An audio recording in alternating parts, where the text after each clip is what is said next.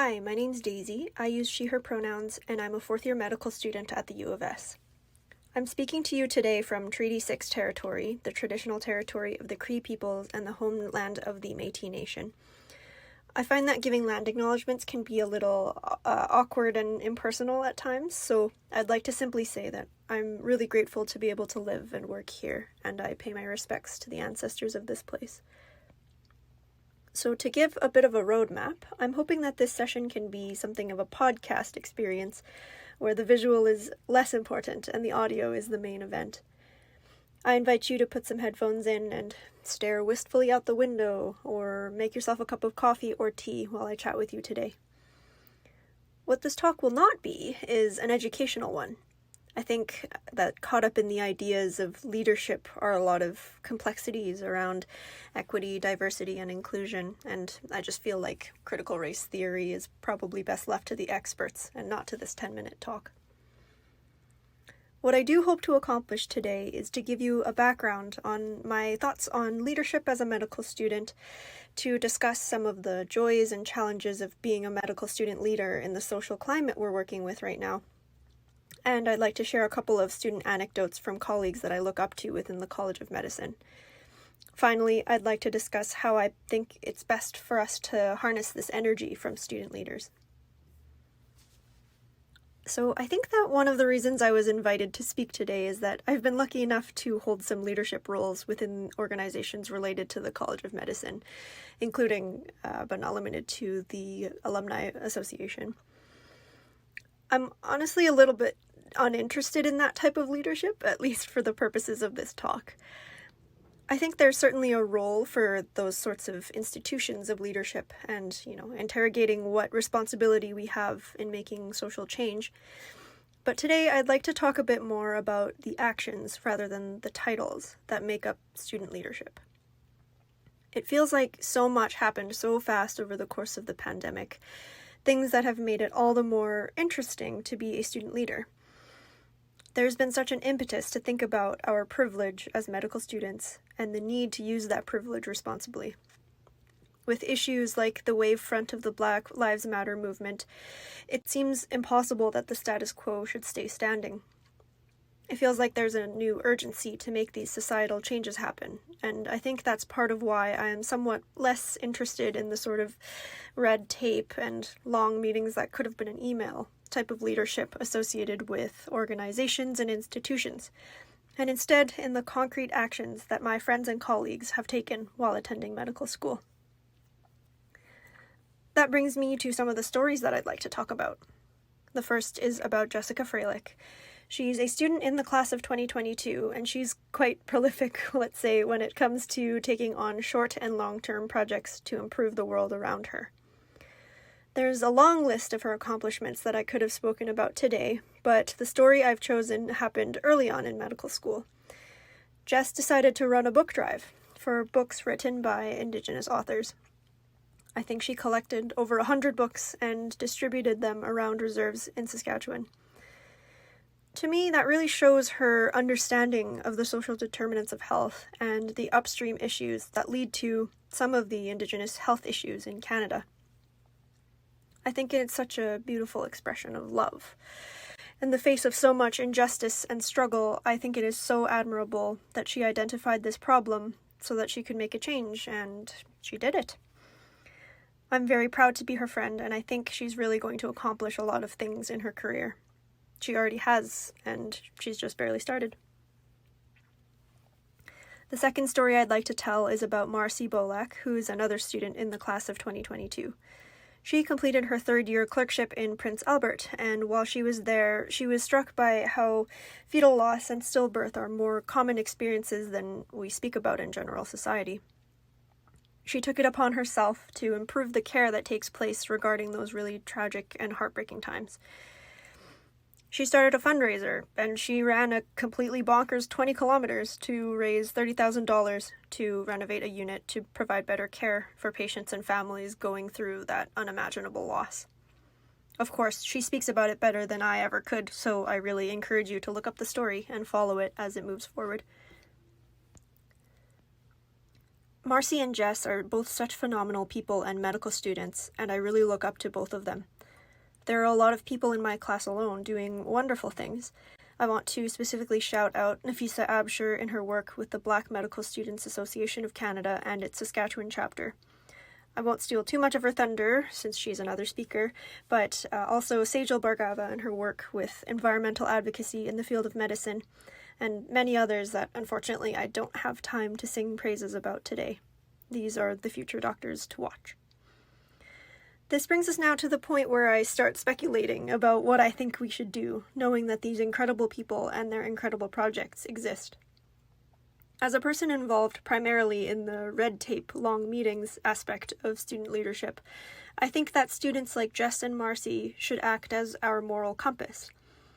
They seem to have some ability to intuit what is wrong with the world and what should be done about it. I think sometimes these projects can feel small in the face of larger injustices, but it's really the addition of these small projects building on each other that create lasting change. I often feel overwhelmed by all of the different directions that our attention is pulled as a society, all of the pressing, apocalyptic issues that need fixing right now. But I think that really is the gift that student leaders offer.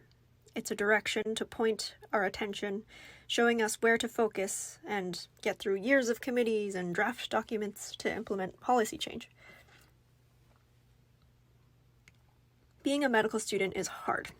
The imposter syndrome is heavy and the tests are unrelenting. But we seem to have this limitless energy and potential, this ability to laser focus on the issues that matter to us. So in some ways, that makes it easy. You identify students who are doing these interesting and exciting things, and you kick them $20, or you share their post, or you introduce them to someone else who might be interested in helping out. And then they turn an idea into 100 books. Or they run for 2 hours and turn that into $30,000. The productive yield of investing in student leaders is really unparalleled. I've been feeling a bit panicked lately about the state of the world, but focusing on these stories does help to give a bit of hope. Thank you for letting me share these stories and some of my thoughts with you today. I'm excited to hear the perspectives of my colleagues in the other student sessions, and I hope you enjoy the rest of the Highlights in Medicine conference as well. Thank you very much and have a great day. Hello, College of Medicine alumni, colleagues, and other members of the College of Medicine community. I'm incredibly excited and honored to be with you here today. My name is Sehjal Bargava, and I'm a fourth-year medical student here at the University of Saskatchewan, currently studying on Treaty 4 territory, homeland of the Métis. I'd like to pay respect to the First Nations and Métis ancestors of this place and reaffirm our relationship with one another. I always like to reflect and acknowledge that teaching, learning, and playing occurred on this land prior to this institution. I also want to recognize that I feel incredibly lucky to be in the spaces that I am and to be able to stand where I am today and do so with gratitude for the privileges I hold that have allowed me to be who and where I am. Now, I have been operating under the assumption that I was asked to speak at this conference because of the experiences I've had and the work that I've done that have given me insight to what student leaders can do and accomplish. Throughout my university experience in both kinesiology and medicine, I've been able to learn a lot about effective leadership and advocacy, and I'm very excited to share some of the opinions and reflections on what I've taken away from these experiences with you today. When I think of the way that I perceive leadership and the values I have regarding being an effective leader, I can trace things back to beginning to develop these ideas in my youth. I grew up in Saskatoon as the oldest of 4 siblings and the oldest cousin in my extended family. I went to an elementary school near the USask where diversity and inclusivity was not just present, but celebrated. I remember being sad that our schoolyard trees were being removed. So in grade 4, I formed a school environmental club with the support of my teachers. My role models growing up were my dad, who established a mobile dental practice to take dentistry services to seniors' care homes and advocated for provincial funding to expand these services. My mom, a family doctor who advocates daily for her patients, and my aunt, who set up a booming obstetrics practice while raising a family. Any and all ideas I had were encouraged to be developed by my family and my surroundings. I went on to complete an undergraduate degree in kinesiology and then began medical school. In kinesiology, I found myself gravitating towards topics such as preventative health, community-based wellness initiatives, and how our environment influences our health. For example, the built environment around us and and upstream approaches to population health. I also found my voice as a student leader, as a student representative, finding myself with a seat at the table as the Kinesiology Student Society president for 2 years. Here, I was able to contribute to higher order tasks such as brainstorming how to increase Indigenous student enrollment in the college and adding my voice to the College of Kinesiology's strategic plan for 2025. Within medical school, I was lucky to quickly find a community where I felt like others shared my ideals and values within the local and national government affairs and advocacy committees. There, we had meetings where we discussed gaps in health policy that made certain groups structurally vulnerable, that medicine was a social science, and that health status was not determined solely within the walls of a clinic, but rather in the community and starting even before conception. In my first 2 years sitting on these committees, I found some of my favorite quotes, that politics is nothing but medicine on a larger scale by Rudolph Virchow, and we must abolish the idea of the apolitical doctor from Toronto physician Naheed Dosani. In our meetings, we not only discussed these gaps in health equity, but also made it our work to address them through advocacy. I was a part of a team that organized provincial and national days of action, where students research and develop certain policy asks and have lobby days or days of action to present our ideas to the appropriate level of government. I participated in 2 provincial days of action and 2 national days of action before going on to become the CFMS Director of Government Affairs in my 3rd year of medical school, helping medical students coordinate their own days of action across the country, as well as advocating for increasing education and supports for medical student advocacy efforts. In these roles, I learned through trial and error and from friends and mentors that there is, in fact, a proper, safe, and ethical way to advocate. Medical schools introduce students to the CanMed roles, leader and health advocate being 2 of the 7 roles a competent physician should hold within society, with a sentiment that now as someone in the medical field, it is your responsibility to be a leader and to advocate, but medical education often fails to teach us how. Advocacy and leadership are 2 things that fall into the realm of soft skills in medicine and are framed as things that are important to do, but rarely explained further than that. I recall attending a health advocacy conference prior to beginning my 3rd year of medical school through the University of Toronto, where Dr. Jane Philpott was giving the keynote address. One of her lines that hit me like a ton of bricks was that advocacy is not an identity. And I realized that I had almost slipped into that mindset, in my mind listing one of my areas of interest as health advocacy, until I realized how troubling this mindset could actually be. I knew I had set out with the best intentions in mind, but did not always realize the harms that could come with advocacy if done improperly. For example, unintentionally stepping on the feet of community organizations that have been fighting the good fight for years, or not understanding the political intricacies of certain topics, causing a movement to actually slide backwards. Also, we must acknowledge the importance of being a part of the community that you are advocating for, and if not a part of, at least effectively including the voices of and representation of members of the community in your efforts. Following the tenet of nothing about us without us should remain central to all efforts undertaken. I believe that leadership comes from a place of lived experience, passion, and the drive that comes from identifying a gap and knowing that you have an idea of how to fix it. For example, one of the projects I am most proud of is being a part of the development of the Canadian Federation of Medical Students longitudinal advocacy training series last year. Through identifying a gap, being inconsistent advocacy skills training curricula across Canadian medical schools, operationalizing it into a set of learning objectives, we then organized a series of expert-led, virtual, free, interactive, skills-based workshops featuring physicians and community leaders such as Dr. Gigi Osler, Dr. Courtney Howard, and Dr. Jane Philpott to address topics such as effective patient advocacy, engaging with the media, understanding the government structure in Canada, all the way to speaking with politicians and more. Last year, our team brought advocacy training to 1,140 medical students from across Canada, and after running a quality improvement research study, are now into our 2nd year of the program. To me, one of the biggest rewards of being a student leader is knowing that while you're on the long road to becoming a physician, you can also facilitate smaller, more tangible experiences, learning opportunities, and victories along the way that keep you motivated. One of the greatest challenges is likely time management.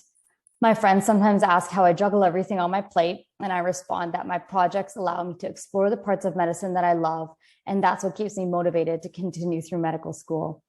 I derive meaning and purpose from leaving things better than how I found them, And by organizing and facilitating positive change in my community, and with the help of others that feel the same, I feel like we are best able to accomplish that.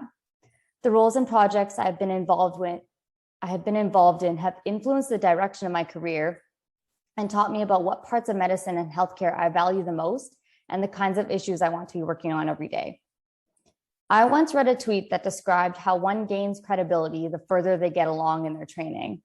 I'd like to add to this and say that the more experiences one gains earlier in their training, the more tools one will have in their toolbox as they progress through training and eventually into one's role as a physician. And I think that this is why I am so passionate about medical student leadership. If we're expected to be physician leaders, it must start as medical students or even earlier. I recognize that maybe a group of medical students annually traveling to Parliament Hill to advocate for a cause may not be the most effective form of advocacy, but it is an incredible way for us to step completely outside of our comfort zones and develop skills we otherwise may never have. Meeting with politicians is the shiny result, but along the way, I learned how to identify gaps in health policy and health equity, consult stakeholders, and turn that information into a pointed set of asks directed to change and influence health policy. I learned about policy windows and how to speak with politicians, how to write a background or briefing document, and how to mobilize and motivate a group of people and ways to make sure that my advocacy is ethical and safe.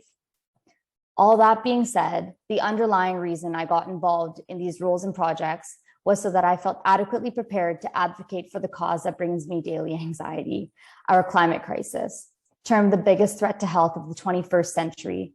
Drastic changes are needed and fast if we are to maintain the health of our environment and people and the stability of our healthcare systems. My brain has always wandered to the upstream. My ideal ideas for interventions are related to preventative health measures, health policy changes, and community-based programming. So the most upstream determinant of planetary and human health is our environment. The fight for our climate has moved beyond individual action, recycling, composting, and driving less, and into the realm of policy and political will. Following a summer internship spent working within the Government of Canada the summer prior to beginning medical school, and my experiences advocating at federal, provincial, and local levels, this year, I felt like I finally had a secure enough grasp on political advocacy to approach the top determinant of health and fight for the climate. In January of this year, I founded and now chair the Canadian Association of Physicians for the Environment, or CAPE, Saskatchewan Regional Chapter.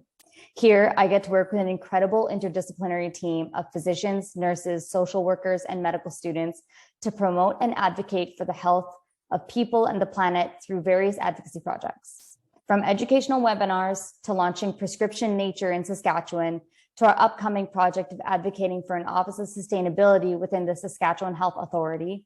When it comes to climate change, action is better than anxiety. And feeling like I'm doing something to contribute to the global fight for our collective future, to me, is the most meaningful way I can use the leadership skills I have gained over the years. In hindsight, I am most grateful for the people I met along the way. Lifelong friends and mentors who supported my thoughts and ideas, were understanding when I was exhausted and feeling low during clerkship, and who shared their passions with me that helped inspire my own. Going forwards, I hope medical students continue to be encouraged to be leaders and innovators, especially by those they look up to, and continue to step up to address the problems they see, to practice the skills they will be able to apply to their future patients and community. I hope to have a practice that allows me to work with people from all walks of life, where I can spend time working on upstream solutions to problems that affect people every day and advocate for a more just and equitable healthcare system. Thank you very much for your time. Enjoy the rest of your conference. Take care and stay safe. Tanse. Nida Oma Elektra Nasida Gasion. Nihi tho Isgu. Mistahi Sakahi Kanochi. Hello. My name is Elektra, and I am a Woodland Cree medical student from the Lac La Ronge Indian Band. Before I begin, I'd first like to thank you all for being here and for listening to my talk. I'd also like to give a content warning that the first 2 minutes of my talk will include mentions of the residential school system. And I'd like to offer you the opportunity to opt out for these first 2 minutes. Thank you. As many of you have seen, orange has dominated our country from coast to coast this past summer.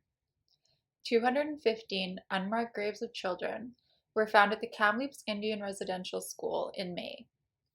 This was quickly followed by hundreds more discoveries across Canada. My home community of Laxdal is one of the communities that is currently in the middle of their search for unmarked graves. These residential schools were built to assimilate Indigenous people through denying them their culture, their language, and their traditions. 150,000 children were taken from their homes and given an elementary level education that instead focused on domestic skills such as cooking, cleaning, and farming. Along with the widely documented physical, emotional, and mental abuse, it's estimated that there was a 40 to 60% mortality rate within these schools. So I bring this topic up because of the impact it has had on my family and community, and also because the consequences of this system have significantly shaped my own personal story.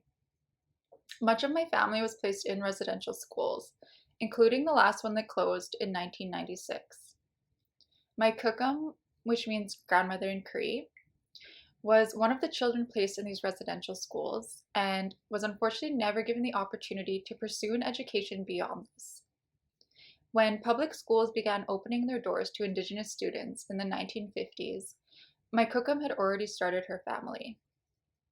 And while she was not given this opportunity, my kukum always instilled in our family the importance of education, leading to multiple of her children completing post-secondary education. My mom, who was a single mother of 3, was one of these children. She traveled across Saskatchewan to complete her bachelor's degree while raising us on her own. However, my family's success is also due largely to the community that we were raised in. Ronge has been my family's home for decades, including back when my great-great-grandfather, the Laxdal Indian Band chief, signed Treaty 6. Ronge is also where my mushum, which means grandfather in Cree, hunted, trapped, and worked as a fishing guide, and where my kukum worked at the Laxdal Indian Band schools while raising their 8 children. So it was through the support of our band and community that my family was able to persevere through the toughest of situations. And it was through witnessing these hardships and the resulting compassion and determination of my family that I was inspired to pursue higher education, to use my knowledge to help others within my community. So growing up, the Indigenous community has always been a safe haven for me. Whether it was cultural camps, trappers festivals, the Saskatchewan Aboriginal Track and Field Summer Games, the North American Indigenous Games, these were always supportive and judgment-free environments for me. And it's also where I first developed my passion for track and field. Although this can also be attributed to one of the people that I look up to most. As my 2013 Canada Summer Games bio still states somewhere on the internet, my role model in running has always been my kukum. She, at a young age, was known as one of the fastest girls in the North. And she's always been my #1 fan when it comes to my running career. While she has left the province a handful of times in her lifetime, 2 of these times were to watch me race, including my final race as a U of S Husky athlete at the Canadian University Sport Track and Field Championships, and as well as at the Canadian Senior Track and Field Championships. So as a Huskies track and field athlete for 5 years and high performance athlete for over a decade, much of my success is due to the people in the community that raised me. And it was also these people that were the main motivators behind my past and my current work. So prior to medical school, much of my favorite extracurricular activities included volunteering with the Saskatchewan Aboriginal Track and Field Association, mentoring youth Indigenous girls at the local Cree and English bilingual elementary school, and also speaking at multiple schools and organizations about my experiences as both an Indigenous athlete and student.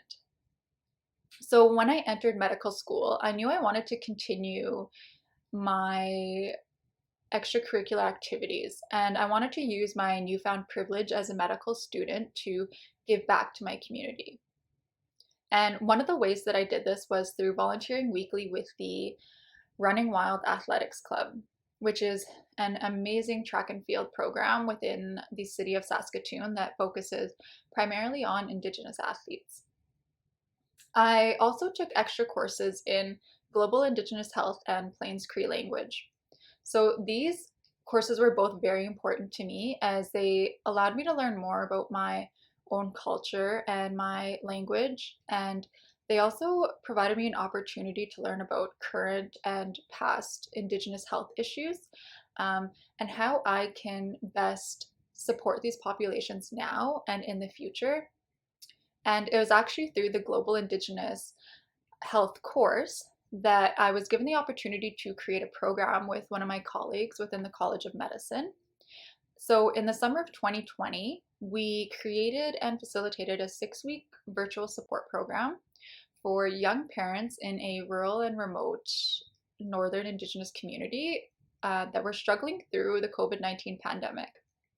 So we provided food, supplies, and resources, and together we led twice weekly workshops that focused on healthy living, coping skills, cultural resurgence, and also community connectedness. And this program is still ongoing today. So it was these past experiences prior to and during medical school that were also my main motivators to apply for the Indigenous Health Representative position within the SMSS. As the first person to hold this position, I've largely been collaborating with local and national groups to find ways to better the health of Indigenous people and also to bring greater awareness to Indigenous matters. My main goals with this position are to create a safe space for Indigenous students within the College of Medicine, to identify gaps within the curriculum, especially the Indigenous curriculum, and also to promote connections among students through the creation of events. And as a Saskatchewan representative for the newly founded Indigenous Medical Students Association of Canada, which was founded this summer, I'm hoping to expand these projects to a national level as well, to create better connections among the schools as well. So with these two positions, my hopes are that there can be a cohesive and safe place for Indigenous students to not only connect with one another, but also to connect with their culture, their language, and their traditions. I'm also hoping it will create more opportunities to advocate on behalf of Indigenous issues, and also hoping that I'll be able to create a platform that will amplify the voices of Indigenous students who may feel that their voices are not heard, especially on a larger scale. And lastly, through creating events, I'm also hoping that together we can recruit and inspire more Indigenous youth within the province and the country to seek out careers in healthcare. And as a future physician, much of my goals remain the same. I hope to always amplify the voices that may be hardest to hear. I want to ensure that the spaces that I create in my daily life are always safe for everyone around me. I want to ensure that I'm not only healing and caring for my patients, but for also the community that I live in as a whole. I want to continue to learn more about Indigenous culture and Indigenous history so that I can reconnect with the roots that were removed from my family through the effects of colonization. And lastly, I hope I can inspire youth from my home community and from communities across the province to pursue their passions in a way that not only fulfills themselves, but also the communities that raise them. Thank you.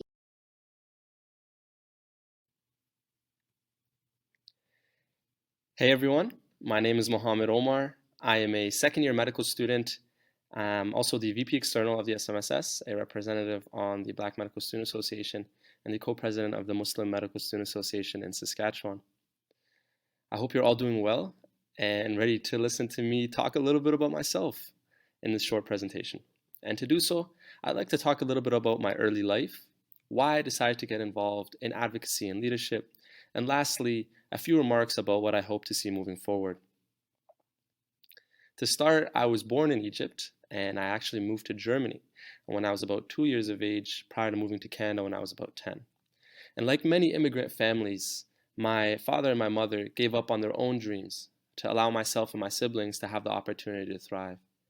Although this did come with pressure, I am very grateful to have had plenty support from my family and friends as I was going through the process.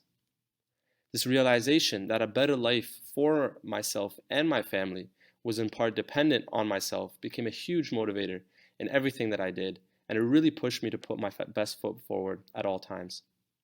So why did I decide to choose medicine? Well, there are many reasons, and I think that having an initial interest in the field of medicine and science in general is necessary, and it's something that I definitely had growing up.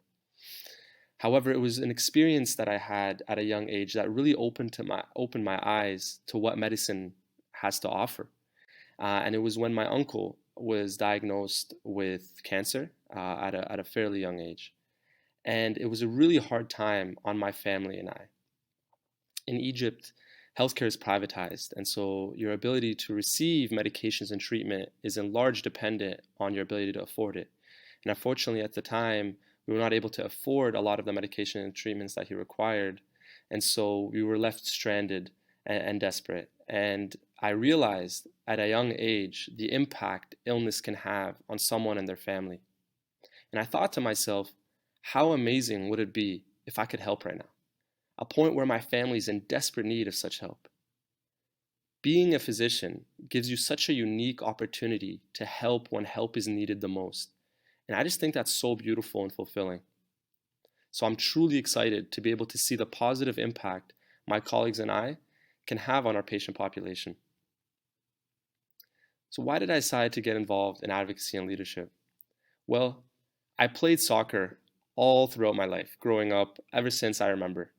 And I was actually recruited to play for the University of Saskatchewan soccer team when I came to Saskatoon. And I played for the duration of my undergraduate degree, the 4 years. And I remember there was always this saying that we had. It was hung up all over our locker rooms at all times. And it was compete at all times. Now, although this can be interpreted to become a toxic mentality, what it really is, it's a reminder to always push yourself and put your best foot forward. This was also a motto for confidence at all times. When I first joined the team, I was a top recruit, but I really struggled to thrive in a new environment where I felt like the coach was extra hard on me, and I didn't really have close friends on the team. The moment, however, where I began to thrive is when I stopped relying on my coaches' or teammates' approval for my own confidence. I reminded myself why I'm playing this game, and it's because I love it, and the fact that I know I'm an excellent player. Once I was able to overcome this mental hurdle, I began thriving and was actually named vice captain my second year on the team. It is this deep sense of confidence in what I bring to the table and a competitive mentality that I believe has really helped me throughout life in general, and specifically my application process also. Now, having played soccer all through my undergrad, I was very much limited in my time, and so I couldn't really get involved in student leadership or other opportunities that were offered. But when I got accepted, I saw an opportunity to grow, get out of my comfort zone, and develop valuable new skills. I think always wanting to grow really gives purpose to everything that you're doing, and it's this growth mentality that I've adopted, where no matter what it is that you're doing, whether it's work, school, working out, resting, being a couch potato, it's all in the name of growth. And when one has this mentality, then as time goes on, naturally you will feel more and more confident and capable in whatever you're doing, which at the end of the day makes whatever you're doing much more enjoyable. Certainly, getting involved in leadership and putting myself out there in my first year was intimidating. But luckily, I had amazing friends who supported and motivated me. Also, I knew that I've been able to foster really valuable skills throughout my time being a varsity athlete that will serve me and have served me beneficial in taking on such responsibility. Time management, resiliency, collaboration, and communication skills are to name a few. And I encourage you all to lean on your past experiences as learning experiences through which you've developed valuable skills, because it serves as a great reminder of what you bring to the table, ultimately making you more confident in whatever you're doing. Just like anything, if you don't use it, you will lose it. And this also applies to this growth mentality. And so I've been consistently trying to practice it, and have been throughout my time in medical school. Speaking of medical school, I cannot lie and say I've not enjoyed it, because I certainly have, but it has also proved to be some of the most challenging times I've went through so far, especially having done all of my first year remotely. But I think what allowed me to thrive through such a difficult time is the belief that this experience will undoubtedly help me grow and further strengthen the growth mentality that I am trying to build. Although this was the case, I noticed that being alone in my room 97% of the time, with all the responsibilities I had, did have its toll on my mental health. Reaching out to family and friends certainly helped, but I felt it wasn't really enough to cope. After some reflection, I leaned on my past experiences and struggles to gain a sense of confidence in my mental strength to get through it. This has always helped me, but since this was a really new experience, I felt I needed something else to further strengthen my mental. And for me, it was working out and really pushing myself when I worked out every day. I used the ability of overcoming the sheer physical pain of working out as a way to push my mental boundaries and become mentally stronger. And so when I get overwhelmed by all my responsibilities, it weighs less of a burden on my mental health. And so I encourage all of you also, if working out is something that interests you, it's really helped me. And so I encourage everyone to do the same. Now, what do I hope to see moving forward? The medical field is no doubt challenging, but also rewarding, and I wish to see all of you succeed by first ensuring that you're well both mentally and physically, because without that foundation laid, caring for others becomes much more difficult, and if our job becomes much more difficult, it further perpetuates a cycle of poor mental health and just general dissatisfaction, which I'm sure all of us want to avoid. Secondly, I want to see EDI at the forefront of every patient encounter, so that the equitable care that we promise is actually delivered. And I know there's lots of work being done in this regard, but there's much more to be done. And this is largely why I decided to get involved in advocacy and leadership, because I see the opportunity I have to be part of this positive change. I truly believe our generation is the generation of positive change. Lastly, something I've really loved to see in my time in medical school so far is how everyone is open to helping each other and supporting each other, whether that is upper years students in my class or faculty. This is something I hope to see continue, because at the end of the day, we're all fighting the same battle, and it becomes a much easier one when we have each other. I'd like to conclude my speech by thanking you all for listening to me, and I wish you all success and happiness in your careers and education. Stay strong and take care.